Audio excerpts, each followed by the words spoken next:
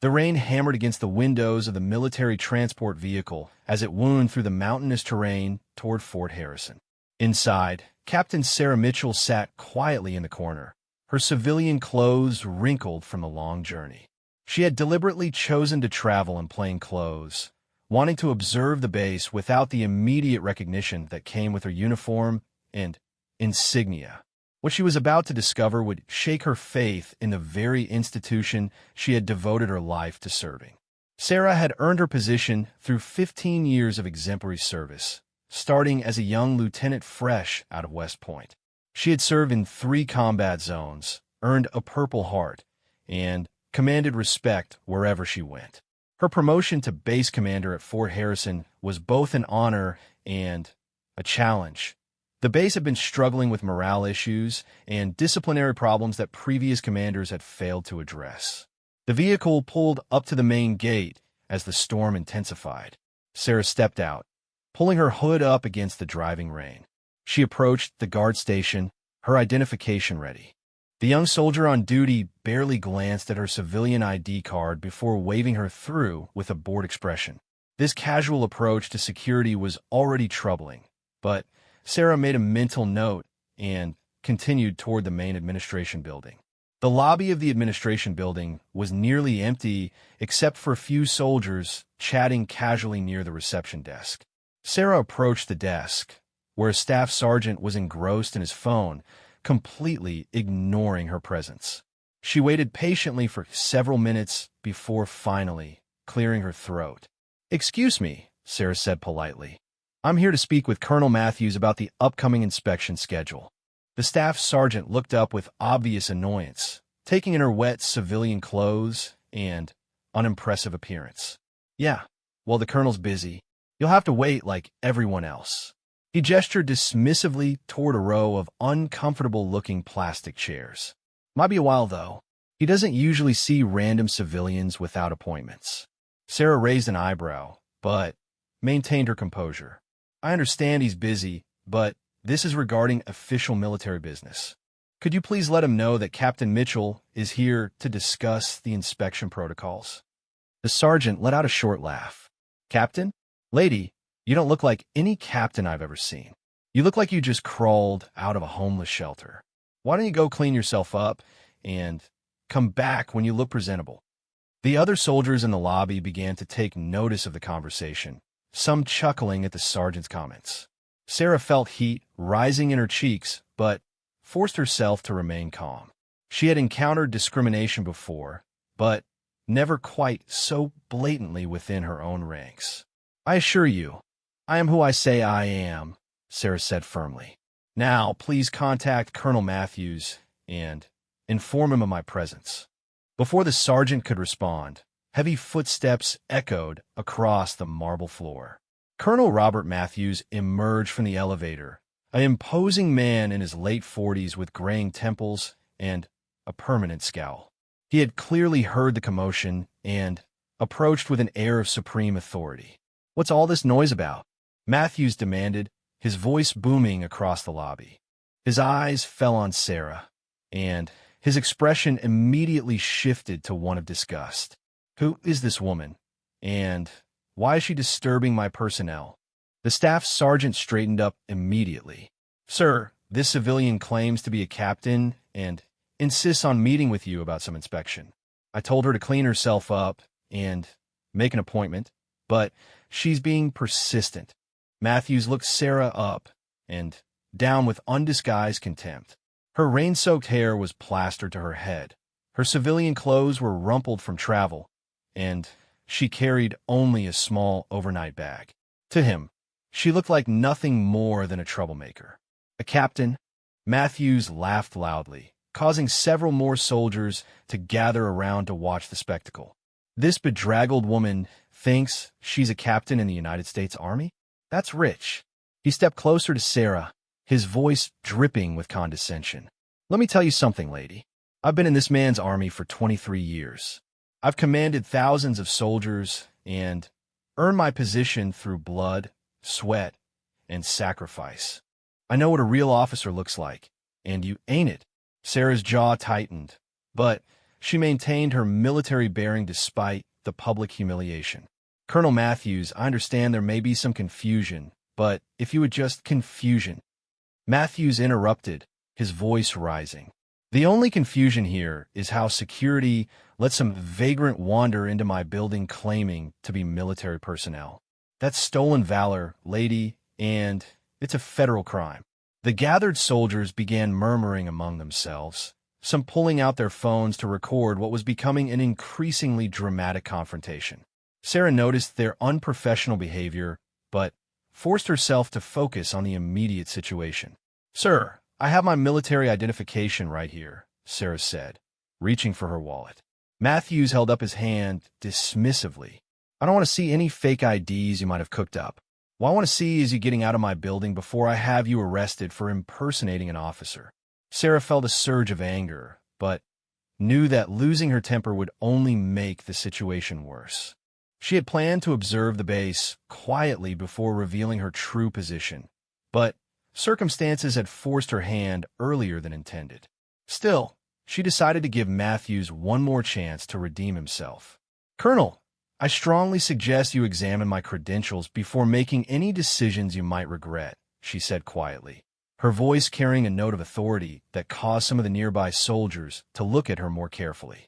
Matthews, however, was too caught up in his own performance to notice the subtle change in Sarah's demeanor. "Regret? The only thing I regret is that security is so lax that they let people like you wander in here off the street. Sergeant Williams," he called to one of the soldiers, "escort this woman off the premises immediately. If she resists, call the MPs." Sergeant Williams stepped forward reluctantly, clearly uncomfortable with the situation. Unlike his commander, he had noticed something about the woman's bearing that didn't quite fit with Matthew's assessment. "Ma'am," he said respectfully, "I'm going to have to ask you to leave." Sarah nodded at the sergeant, appreciating his professional tone. "I understand, Sergeant. You're just following orders." She turned back to Matthews, her expression hardening. "Colonel, I'm going to give you one final opportunity to handle this situation appropriately. I suggest you take it." Matthews laughed again, this time even louder. "Are you threatening me? That's it. I've had enough of this nonsense." He pulled out his phone and began dialing. "This is Colonel Matthews at Fort Harrison. I need MPs in the main administration building immediately. We have a civilian impersonating a military officer and causing a disturbance." Sarah shook her head slowly, disappointed, but not entirely surprised. She had heard reports about Matthew's leadership style, but she had hoped they were exaggerated. Clearly, they weren't. "Very well, Colonel," she said calmly. "But before your MPs arrive, perhaps you'd like to know that your vagrant happens to be your new commanding officer." The lobby fell silent. Matthews froze, his phone still pressed to his ear. "What did you just say?" Sarah reached into her bag and pulled out a leather portfolio. She opened it slowly, revealing her military identification, her commission papers, and, most importantly, her orders assigning her as the new base commander. "Captain Sarah Mitchell, your superior officer and, as of today, the commanding officer of Fort Harrison."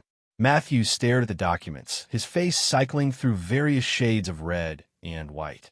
The other soldiers in the lobby began backing away, suddenly, realizing they had just witnessed their colonel publicly humiliate his own boss. This can't be right," Matthews stammered. "They would have told me you were coming. There would have been protocols, ceremonies. There would have been," Sarah agreed, closing the portfolio. "If I hadn't specifically requested to arrive unannounced, so I could observe the base's normal operations." "Congratulations, Colonel. You've just given me a perfect demonstration of exactly why this base has been having discipline and morale problems." The color drained from Matthew's face as the full implications of what had just happened began to sink in. Behind him, several soldiers were frantically trying to delete the videos they had been recording, suddenly realizing they had captured their colonel's spectacular failure on camera. Sarah looked around the lobby at the assembled soldiers, noting their poor posture, unprofessional appearance, and obvious panic. "I think we need to have a discussion, Colonel. In private. Now." Matthews nodded mutely. All his earlier bluster evaporated. As he led Sarah toward the elevators, she could hear the whispered conversations erupting behind them. Word of what had just happened would spread through the base like wildfire, and Matthew's authority would never recover. The elevator ride to Matthew's office was conducted in complete silence. Sarah used the time to observe Matthews more carefully. Despite his professional failings, he was clearly an experienced soldier.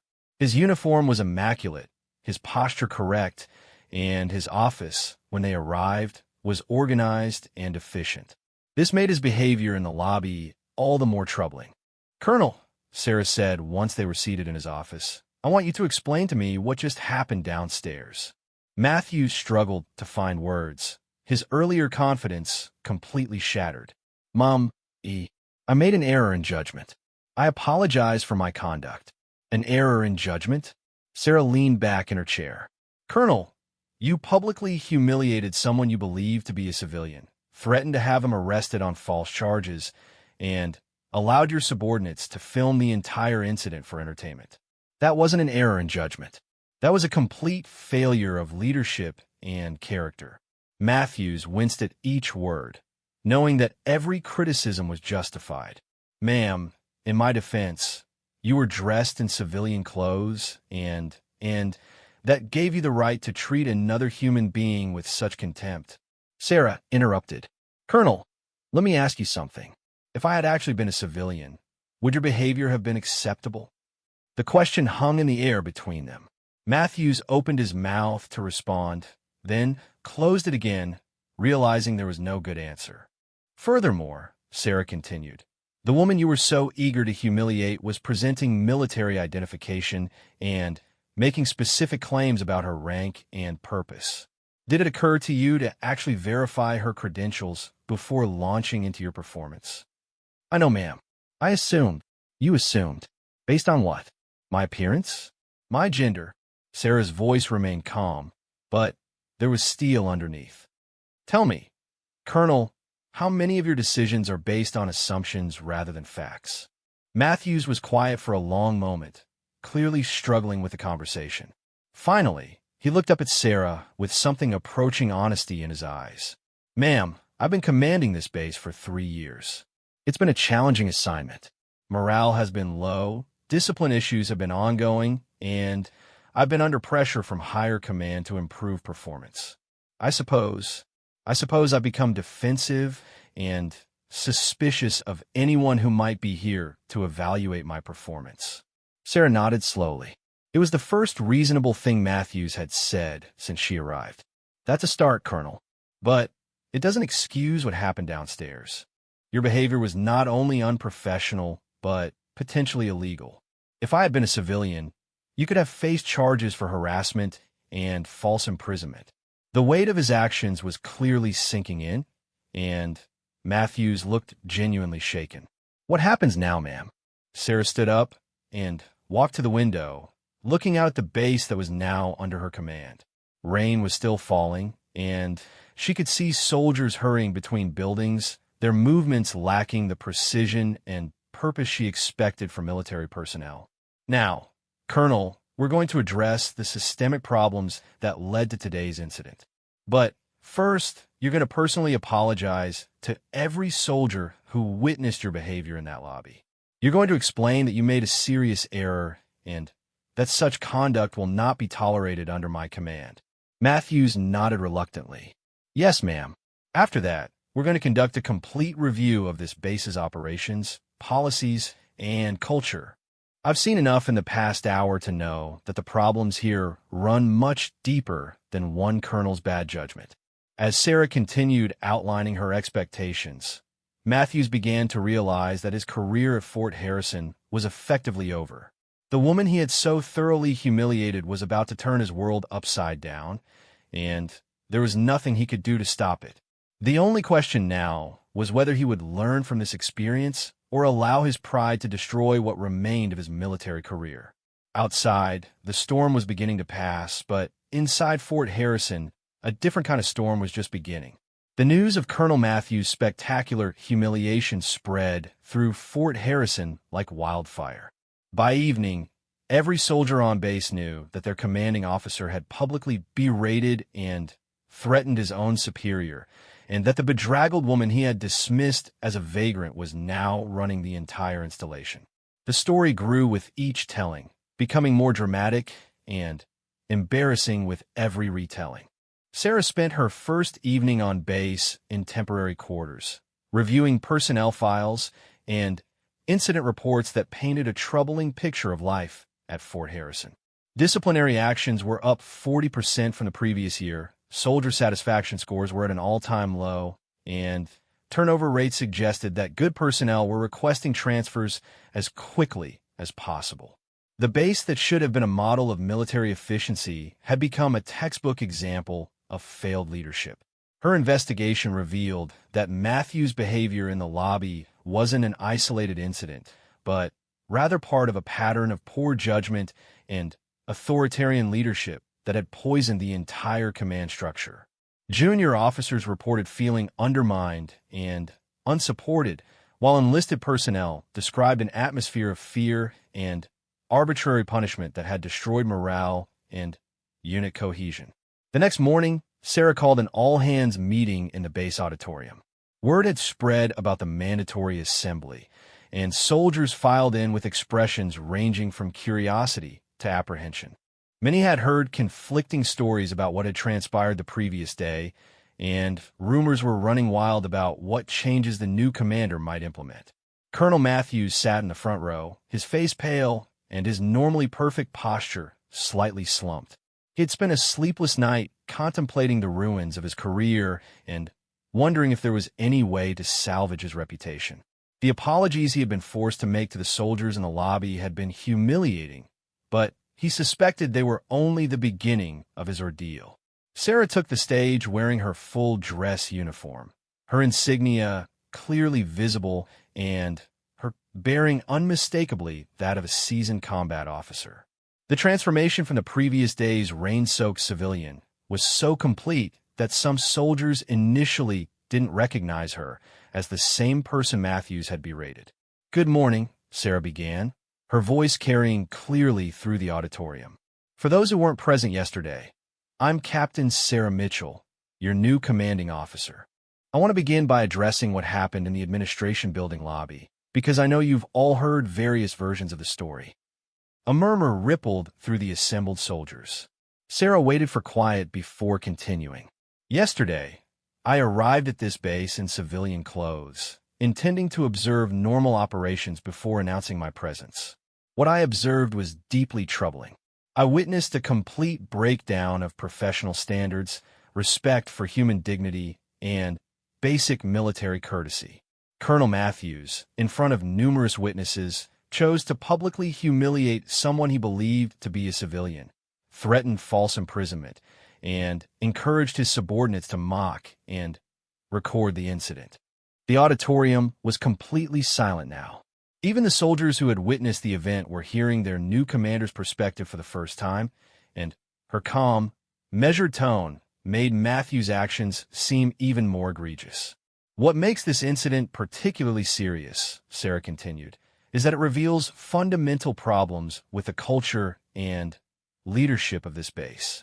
The behavior I witnessed wasn't an aberration. It was the natural result of an environment where abuse of authority has been normalized and where basic respect for human dignity has been abandoned." Colonel Matthews shifted uncomfortably in his seat, knowing that every word was aimed directly at him and his leadership failures. "Over the past 24 hours, I've reviewed personnel files, disciplinary records, and satisfaction surveys that confirm what I observed yesterday. This base has become a place where good soldiers want to leave, and where the principles we swore to defend have been forgotten in favor of petty authoritarianism and personal ego." Sarah paused, scanning the faces of the assembled soldiers. She could see fear in some expressions, hope in others, and skepticism in many. These were good people who had been failed by their leadership, and she was determined to restore their faith in the military they had chosen to serve.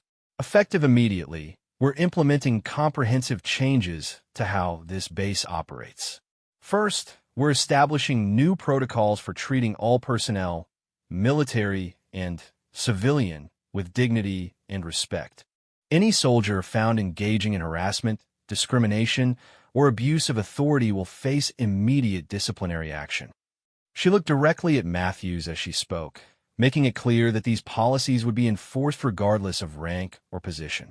Second, we're implementing an open-door policy for all personnel to report concerns or incidents without fear of retaliation. Too many problems have been allowed to fester because soldiers were afraid to speak up. That ends now. Sergeant Williams, who had been present during the lobby incident, raised his hand tentatively. Sarah nodded for him to speak. "Ma'am, what about existing issues that soldiers have been afraid to report? Will there be amnesty for coming forward now?" It was a good question that showed Williams was thinking about the welfare of his fellow soldiers. Sarah appreciated his courage in speaking up publicly. "Excellent question, Sergeant. We're establishing a 30-day period where soldiers can report past incidents without fear of being charged with failure to report. Our goal is to identify and address systemic problems, not to punish people for being victims of a broken system." More hands went up around the auditorium as soldiers began to realize that their new commander was genuinely interested in their welfare, rather than simply maintaining the status quo. Over the next hour, Sarah outlined a comprehensive reform program that addressed everything from training standards to recreational facilities. She announced the establishment of new leadership development programs, improvements to base housing, and enhanced support services for soldiers and their families. Throughout the presentation, Colonel Matthews remained silent, watching his authority and influence crumble with each policy announcement. Sarah wasn't just replacing his leadership. She was systematically dismantling everything he had built and replacing it with something completely different.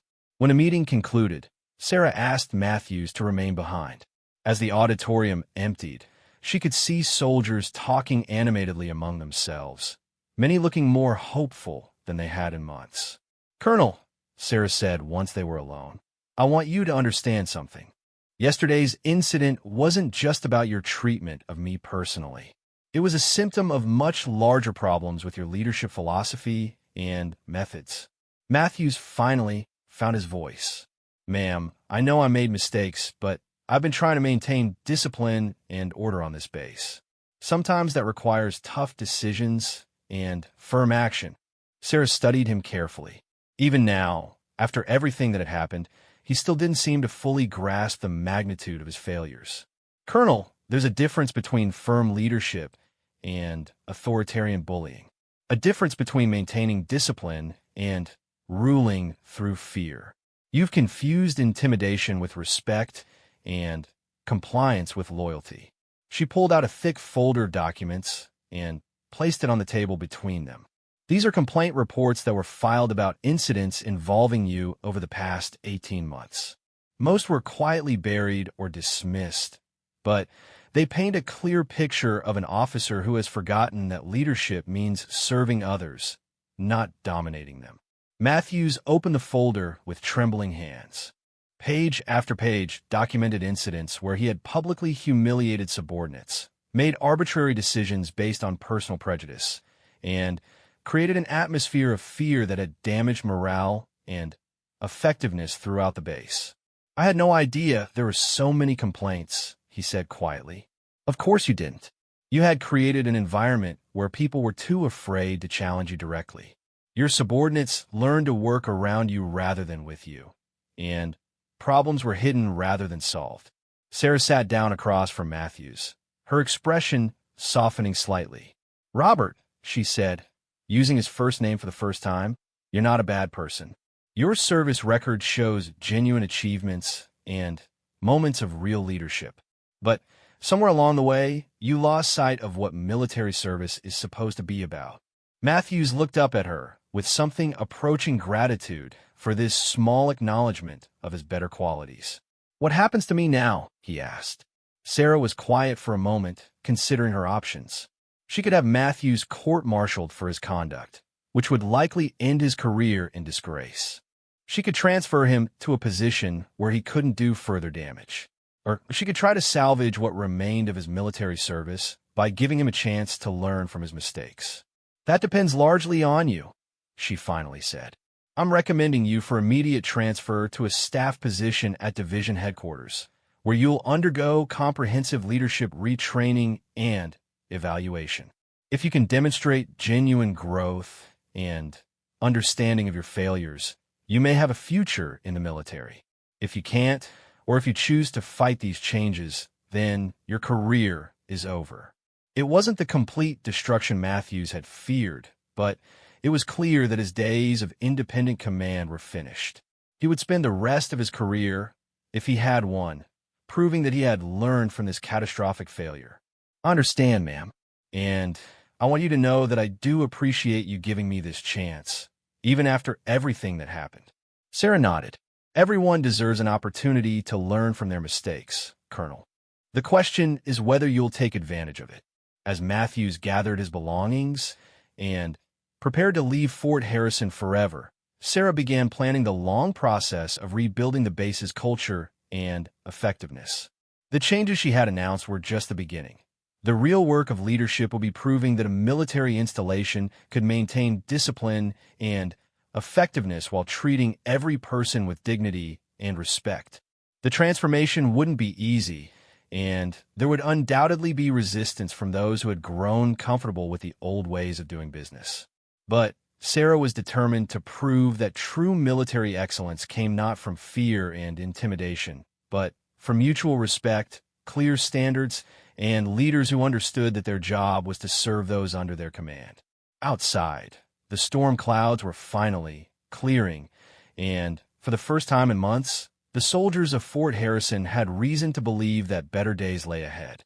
6 months after the infamous lobby incident, Fort Harrison had become unrecognizable from the dysfunctional base Sarah Mitchell had inherited.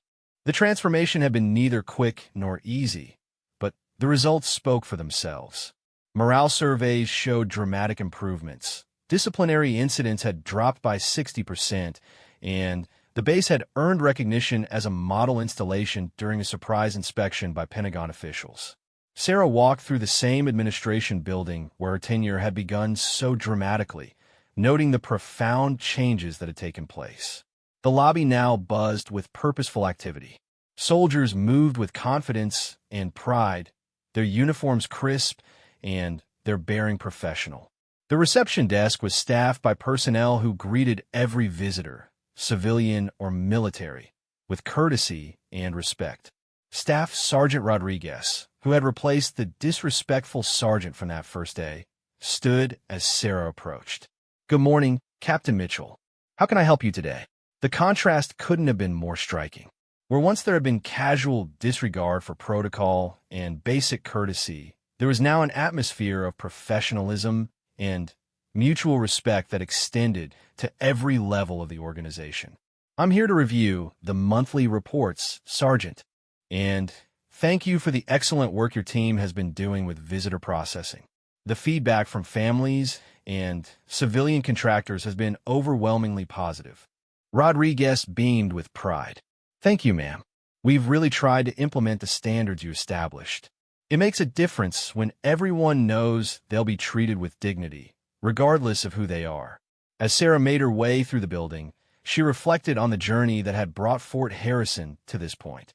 The changes hadn't happened overnight, and there had been significant resistance from some quarters. Several senior NCOs and junior officers who couldn't adapt to the new culture had requested transfers or chosen early retirement. But for every person who left, 2 more had requested assignment to Fort Harrison, drawn by its growing reputation as a place where military excellence and human dignity coexisted.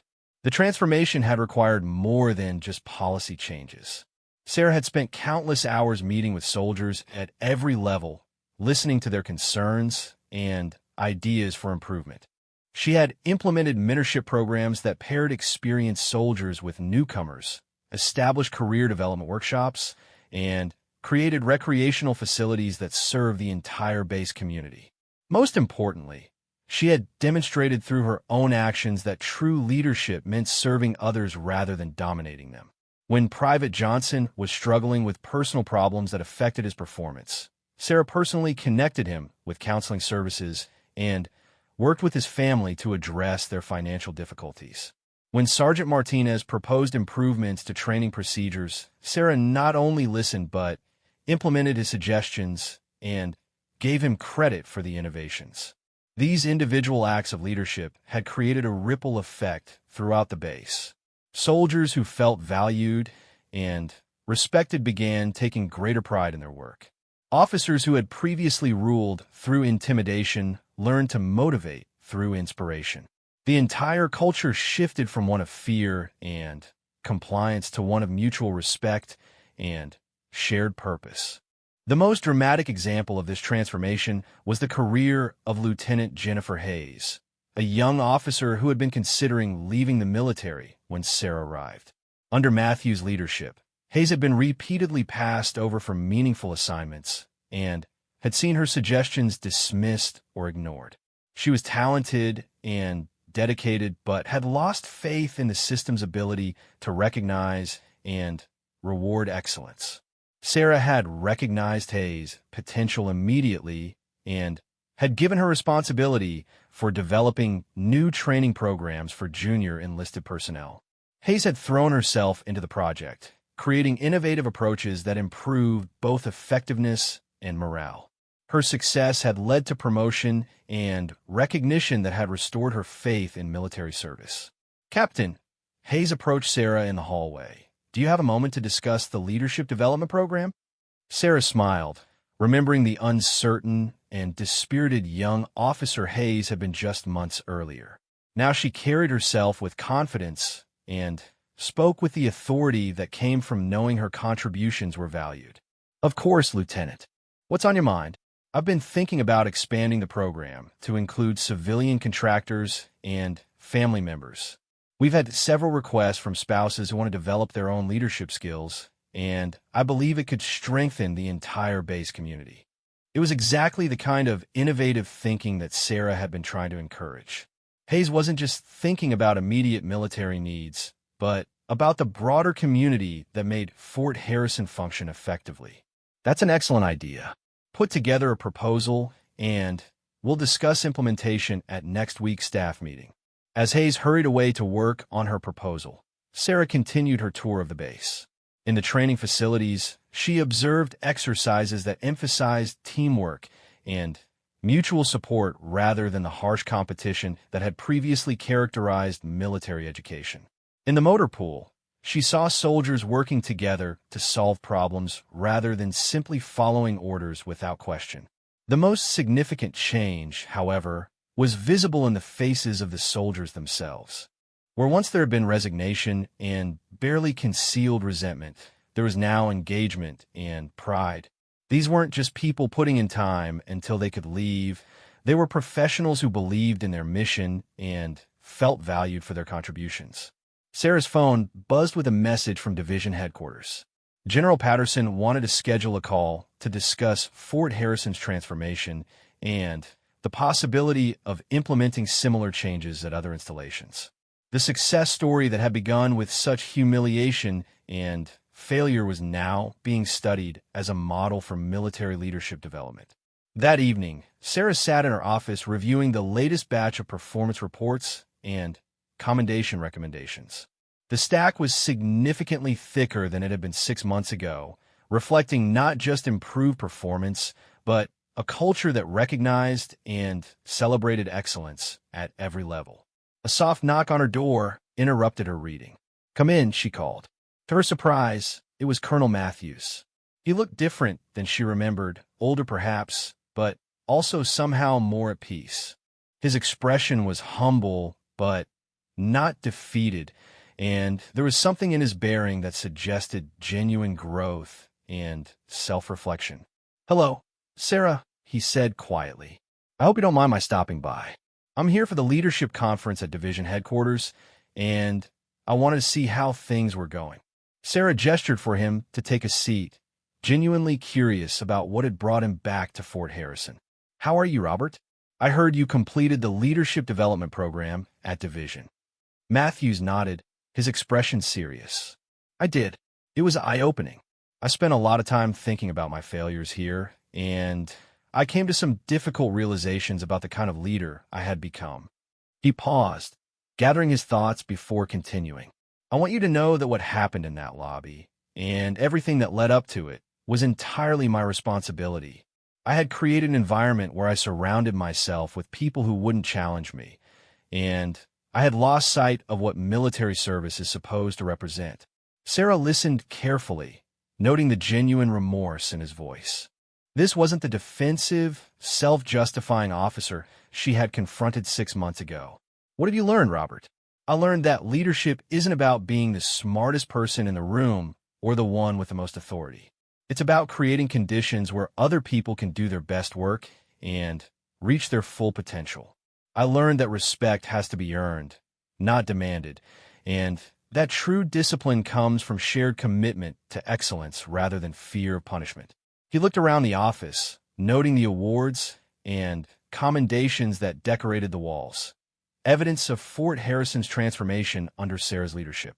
I also learned that I had been so focused on controlling outcomes that I had forgotten to trust in the people under my command. I was micromanaging everything because I didn't believe anyone else could do the job properly. But the truth was that I had created a system where people couldn't succeed even if they wanted to. Sarah was impressed by the depth of his self-reflection. The man sitting across from her bore little resemblance to the arrogant, authoritarian officer who had humiliated her in the lobby. What are you doing now? I'm working as a staff officer in leadership development, helping to design training programs for senior officers. It's ironic, I suppose, but my failures here have given me insights into what not to do that are apparently valuable for teaching others. Matthew smiled ruefully. I'm also serving as a cautionary tale in leadership seminars. The Matthews incident, as they're calling it, has become a case study in how quickly poor leadership can destroy an organization's effectiveness. Sarah winced slightly. She hadn't intended for Matthew's humiliation to become a teaching tool, but she supposed it was inevitable given the dramatic nature of what had occurred. I hope they're also teaching the positive lessons about recovery and redemption, she said gently. They are, thanks to what you've accomplished here. Fort Harrison has become the example they use to show that organizations can recover from leadership failures if they're willing to make fundamental changes. Matthews leaned forward, his expression earnest. Sarah, I need you to know something. What you did here, giving me a chance to learn from my mistakes rather than simply destroying my career, that act of mercy changed my life. I was so consumed with anger and self-pity after the incident that I nearly resigned in disgrace. But your recommendation for retraining instead of court-martial gave me an opportunity to become a better person and a better soldier. Sarah was touched by his honesty. She had often wondered whether she had made the right decision in giving Matthews a second chance, rather than pursuing the maximum punishment for his conduct. We all deserve opportunities to learn from our failures, Robert. The question is whether we choose to take advantage of them. I did, thanks to you. And I want you to know that I'm using my experience to help other officers avoid making the same mistakes I did. If I can prevent even one person from going through what we went through, then maybe some good will have come from my failures.